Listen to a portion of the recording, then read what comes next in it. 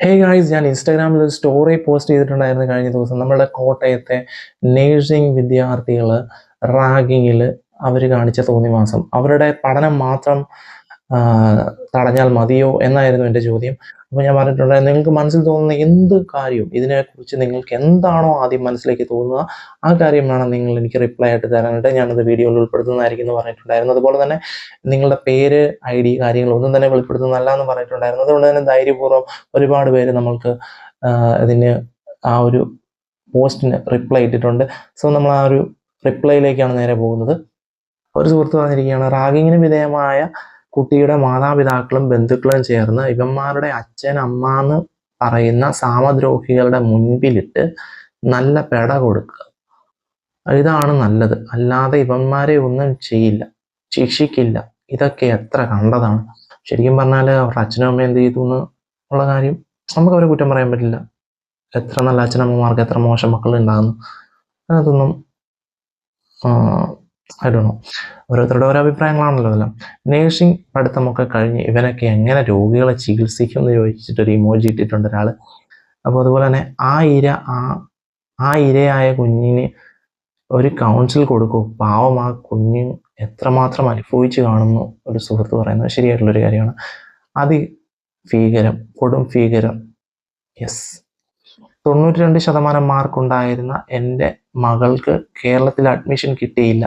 എല്ലാ അഡ്മിഷനും മെറിറ്റ് അടിസ്ഥാനത്തിലാക്കണം എന്നൊരു സുഹൃത്ത് പറയുന്നുണ്ട്. അതുകൊണ്ടാണ് ഞാൻ പറഞ്ഞത്, നിങ്ങൾക്ക് ഇതിനകത്ത് പല അഭിപ്രായങ്ങളും വരും. കാരണം നമുക്കിപ്പം ഈ ഒരു വാർത്ത കാണുമ്പോൾ നമ്മൾ അനുഭവിച്ച ഒരു വേദനയായിട്ട് നമുക്ക് ലിങ്ക് ചെയ്യാനായിട്ട് സാധിക്കുന്ന ചില സിറ്റുവേഷൻസ് ഉണ്ടാകും. അപ്പോൾ അത്തരം കാര്യങ്ങളുണ്ടെങ്കിൽ തീർച്ചയായിട്ടും നിങ്ങൾക്ക് ഈ ഒരു മെയിൽ ID മെയിൽ ചെയ്യുകയാണെങ്കിൽ നമ്മളതൊരു ടോപ്പിക്കായിട്ട് എടുത്ത് ഇവിടെ സബ്മിറ്റ് ചെയ്യുന്നതായിരിക്കും. നിങ്ങളുടെ പേരോ വിവരങ്ങളോ ഒന്നും തന്നെ നിങ്ങൾ രേഖപ്പെടുത്തേണ്ട ആവശ്യമില്ല.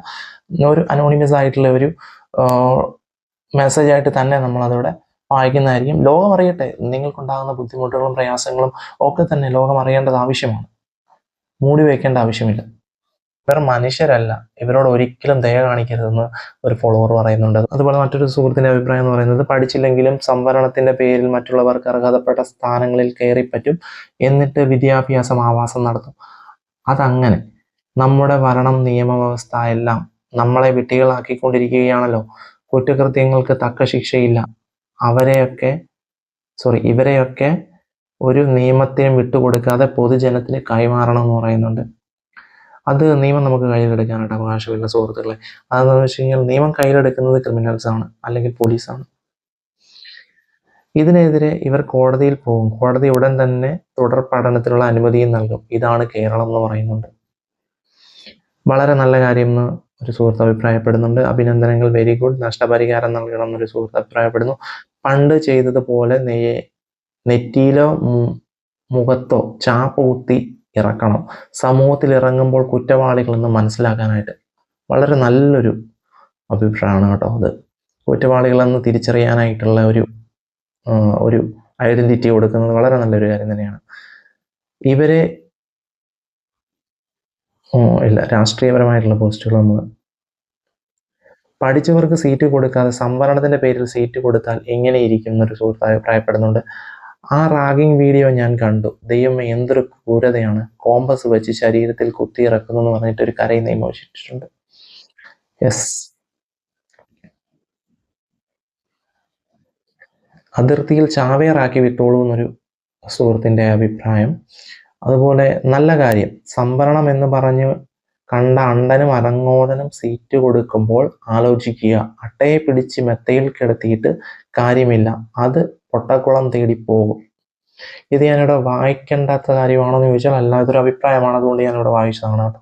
ഇതുപോലെ പോക്കർത്തരം കാണിച്ചിട്ടാണ് പല ഡോക്ടർമാരും നേഴ്സുമാരും ഹോസ്പിറ്റലുകളിൽ ജോലി ചെയ്യുന്നത്. ഒരു റാഗിങ് സ്റ്റൈലിലാണല്ലോ ഡോക്ടർമാരും നേഴ്സുമാരും സംസാരിക്കുന്നതെന്നൊരു സുഹൃത്ത് അഭിപ്രായപ്പെട്ടിട്ടുണ്ട്. ഇത് സെയിം അഭിപ്രായം മുകളിലൊരാളും പറഞ്ഞിട്ടുണ്ട്. ഓക്കെ, അന്യൻ്റെ വേദന സംഗീതം പോലെ ആസ്വദിക്കാൻ സഹാക്കൾ. പിന്നെ കൂടുതലും രാഷ്ട്രീയപരമായിട്ടുള്ള പോസ്റ്റുകളാണ്. എനിക്ക് അതിനോട് യോജിപ്പില്ല എന്ന് പറയാൻ പറ്റില്ല. നമ്മളത് ഏറ്റെടുക്കും. ഇപ്പോൾ എനിക്ക് രാഷ്ട്രീയപരമായിട്ടുള്ള പോസ്റ്റുകൾ ഒന്നും തന്നെ എടുത്തിടാനായിട്ട് പറ്റില്ല. കാരണം എന്താണെന്ന് വെച്ച് കഴിഞ്ഞാൽ എൻ്റെ കണ്ടന്റിൽ ഇപ്പോൾ എനിക്ക് സപ്പോർട്ടില്ല. കൂടുതൽ സപ്പോർട്ട് ഉണ്ടാകുകയാണെങ്കിൽ തീർച്ചയായിട്ടും ഇതിൽ വന്നിരിക്കുന്ന രാഷ്ട്രീയപരമായിട്ടുള്ള പോസ്റ്റുകളെല്ലാം തന്നെ ഞാനിവിടെ വായിക്കുന്നതായിരിക്കും. ഇപ്പോൾ ഞാൻ രാഷ്ട്രീയത്തിലേക്ക് ഇറങ്ങിക്കഴിഞ്ഞാൽ അതെൻ്റെ എൻ്റെ നിലനിൽപ്പിനെ എനിക്ക് ബാധിക്കും. അതുകൊണ്ട് കൂടുതൽ സപ്പോർട്ട് കിട്ടുകയാണെങ്കിൽ തീർച്ചയായിട്ടും ഞാൻ രാഷ്ട്രീയപരമായിട്ടുള്ള കാര്യങ്ങൾ കൂടി ഇതിൽ ഉൾപ്പെടുത്തുന്നതായിരിക്കും. രാഷ്ട്രീയപരമായിട്ടുള്ള ഒരുപാട് കാര്യങ്ങൾ ഇതിനകത്ത് പറയുന്നുണ്ട്. യുവമാർക്കൊന്നും നല്ല വിദ്യാഭ്യാസം, നല്ല ജോലിയൊന്നും കിട്ടാൻ പാടില്ല എന്നൊരു സുഹൃത്ത് അഭിപ്രായപ്പെടുന്നു. അതുപോലെ ഞാൻ രാഷ്ട്രീയപരമായിട്ടുള്ള പറഞ്ഞിട്ടുള്ള അഭിപ്രായങ്ങളെല്ലാം തന്നെ സ്കിപ്പ് ചെയ്യുകയാണ്. പോസിറ്റീവ് ആൻഡ് നെഗറ്റീവ് ആയിട്ടുള്ള കാര്യങ്ങൾ. കാരണം ഒരു രാഷ്ട്രീയ പാർട്ടിയെ കുറ്റം പറഞ്ഞ് മറ്റൊരു രാഷ്ട്രീയ പാർട്ടി മികച്ചതെന്ന് പറയുന്നു.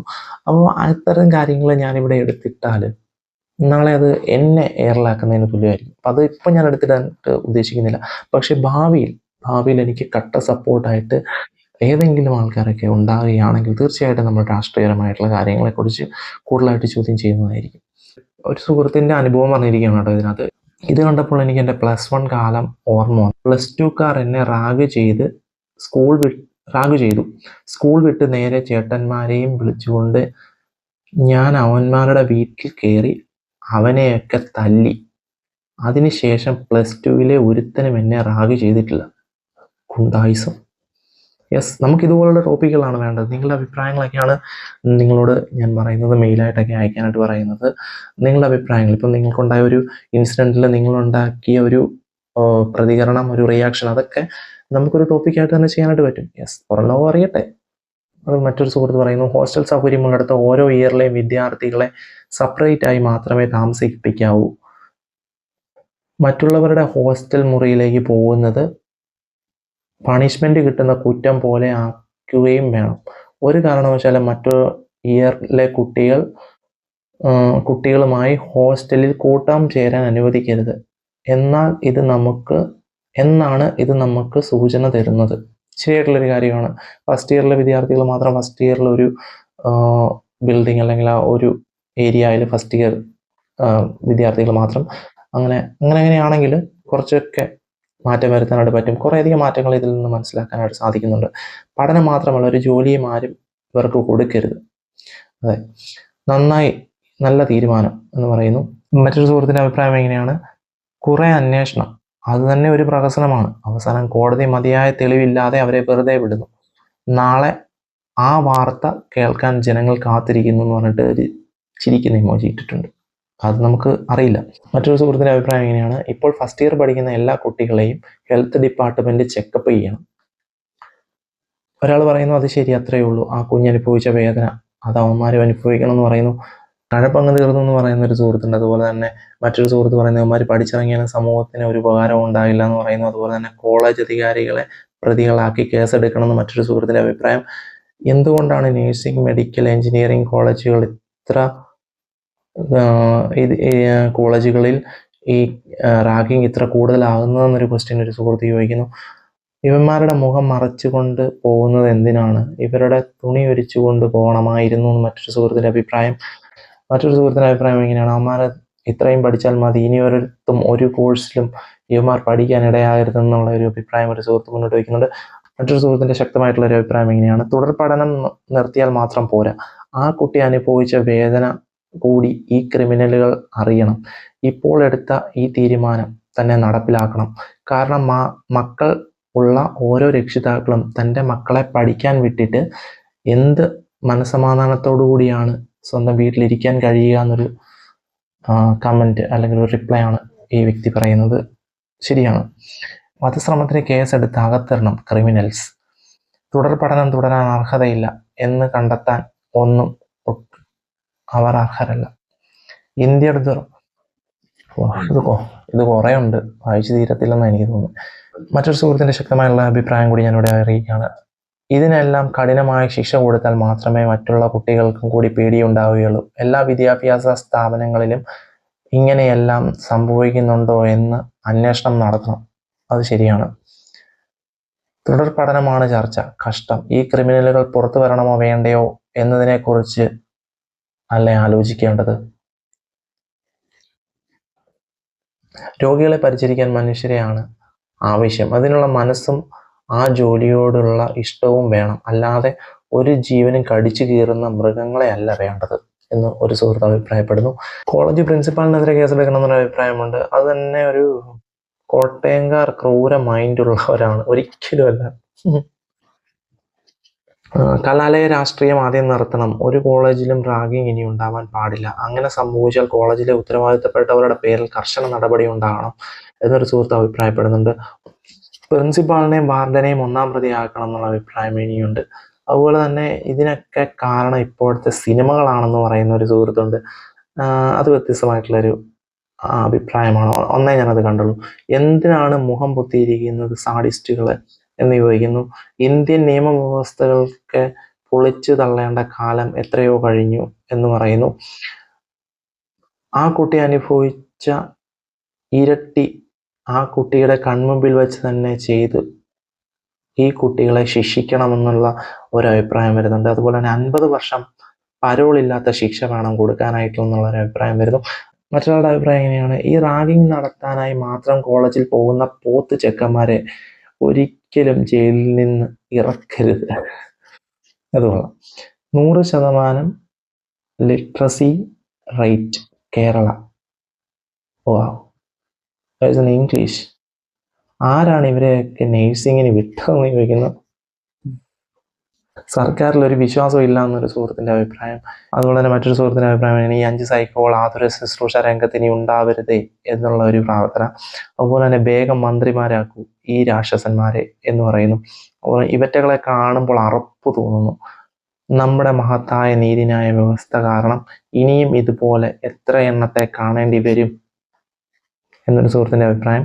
അതുപോലെ ഇത് കേരളം തന്നെയാണോ അതോ വല്ല നരഭൂജികളുടെ സ്ഥലമോ? I think is right. മറ്റൊരു സുഹൃത്തിൻ്റെ അഭിപ്രായം ഇവർക്ക് ശിക്ഷ കൊടുത്തേ തീരുമെന്നാണ്. ഇവരുടെ സൂക്കടങ്ങ് മാറിയിട്ട് ജാമ്യം കൊടുക്കാവുന്ന മറ്റൊരു സുഹൃത്തിൻ്റെ അഭിപ്രായം. തുടർ വിദ്യ അഭ്യസിച്ചിട്ട് എന്തിനാണെന്ന് മറ്റൊരു സുഹൃത്ത് അഭിപ്രായപ്പെടുന്നു.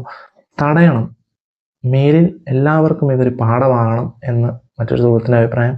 ഇപ്പോൾ മനസ്സിലായ പിള്ളേർ ഫോറിൻ യൂണിവേഴ്സിറ്റിയിലേക്ക് ഒഴുകുന്നതിൻ്റെ കാരണമെന്ന് മറ്റൊരു സുഹൃത്തിൻ്റെ അഭിപ്രായം. മറ്റൊരു സുഹൃത്തിൻ്റെ അഭിപ്രായം എങ്ങനെയാണ്? അച്ഛനമ്മമാരും നാട്ടുകാരും ഇറങ്ങണം, കൈകാര്യം ചെയ്യുകയേ വഴിയുള്ളൂ, ആരായാലും കണ്ടം വഴി ഓടിക്കോളും എന്ന് പറയുന്നു.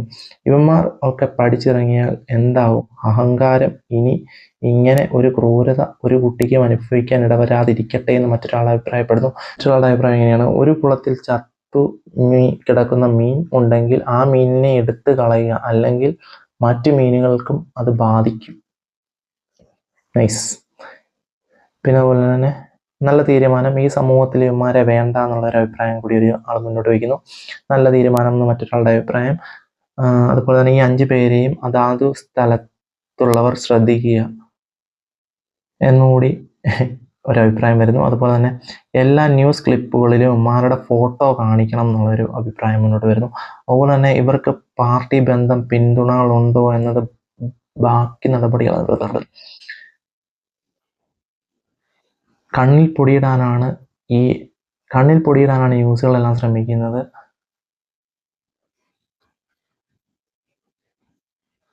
മറ്റൊരാളുടെ അഭിപ്രായം എങ്ങനെയാണ്? ഇവന്മാരെ നാട്ടുകാർക്ക് വിട്ടുകൊടുക്കുക, 1 മണിക്കൂർ കൊണ്ട് എല്ലാം ശരിയാക്കി തരുമെന്ന് പറയുന്നു.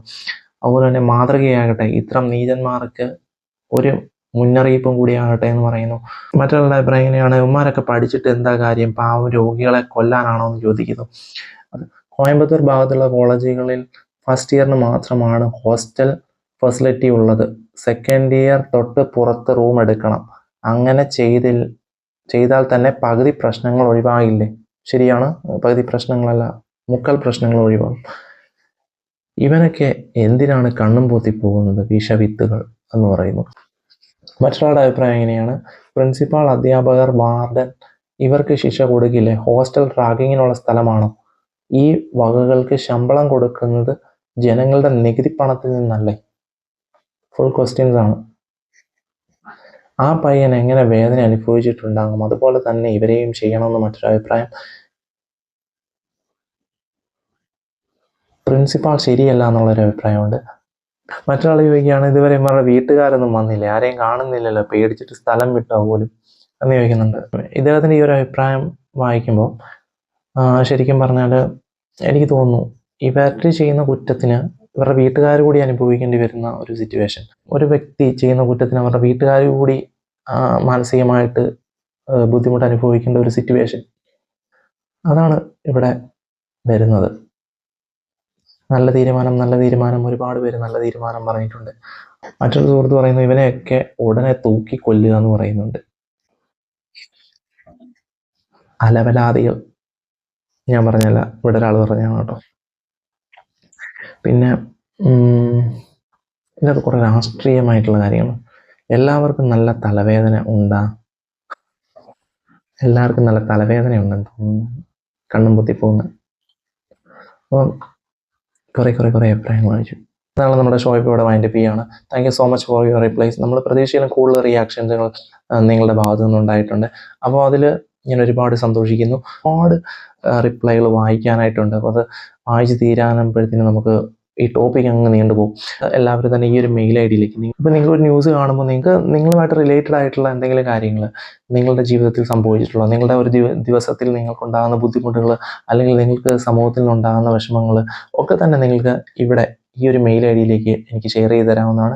തീർച്ചയായിട്ടും നമുക്കത് സമൂഹത്തിൽ വായിക്കാം. അപ്പോൾ അതിനൊരുപാട് പേര് അവരുടെ അഭിപ്രായങ്ങളും നിർദ്ദേശങ്ങളും ഒക്കെ കമൻറ്റിലൂടെ അറിയിക്കുമ്പോൾ കൂടുതൽ മനോധൈര്യവും അതുപോലെ തന്നെ എന്ത് ചെയ്യണം എന്നുള്ള ഒരു പക്വതയും തീരുമാനമെടുക്കാനായിട്ടുള്ള ഒരു ഊർജവും ആർജവും ഒക്കെ തന്നെ കിട്ടും എന്നുള്ളൊരു പ്രതീക്ഷയിലാണ് ഞാൻ ഈ ഒരു ടോപ്പിക്ക് സ്റ്റാർട്ട് ചെയ്തിരിക്കുന്നത്. സോ ഈ ഒരു മെയിൽ ഐ ഡിയിൽ നിങ്ങൾക്ക് നിങ്ങളുടെ ജീവിതത്തിൽ ഉണ്ടായിട്ടുള്ള മോശം അനുഭവങ്ങൾ, അല്ലെങ്കിൽ ഒരു മോശം അനുഭവത്തിൽ നിങ്ങൾ എങ്ങനെ അതിനെ തരണം ചെയ്തു എന്നുള്ള നിങ്ങളുടെ അനുഭവങ്ങളെല്ലാം തന്നെ നിങ്ങളിലൂടെ പങ്കുവയ്ക്കാം ഈ ഒരു മെയിൽ ഐ ഡിയിലേക്ക്. നിങ്ങൾ ഇന്ന് അനുഭവിച്ചതോ അല്ലെങ്കിൽ പണ്ട് അനുഭവിച്ചതായിട്ടുള്ള റാഗിങ്ങുകൾ അല്ലെങ്കിൽ എന്തെങ്കിലുമൊക്കെ നിങ്ങളുടെ പേരോ കാര്യങ്ങളോ ഒക്കെ ഹൈഡ് ചെയ്തുകൊണ്ടിട്ട് നിങ്ങൾക്ക് അയക്കാവുന്നതാണ്. അതൊന്നും തന്നെ നമ്മളിവിടെ വെളിപ്പെടുത്തുന്നതല്ല. അപ്പോൾ മറ്റൊരു ടോപ്പിക്കിൽ വീണ്ടും കണ്ടുമുട്ടാം ഗൈസ്. See you.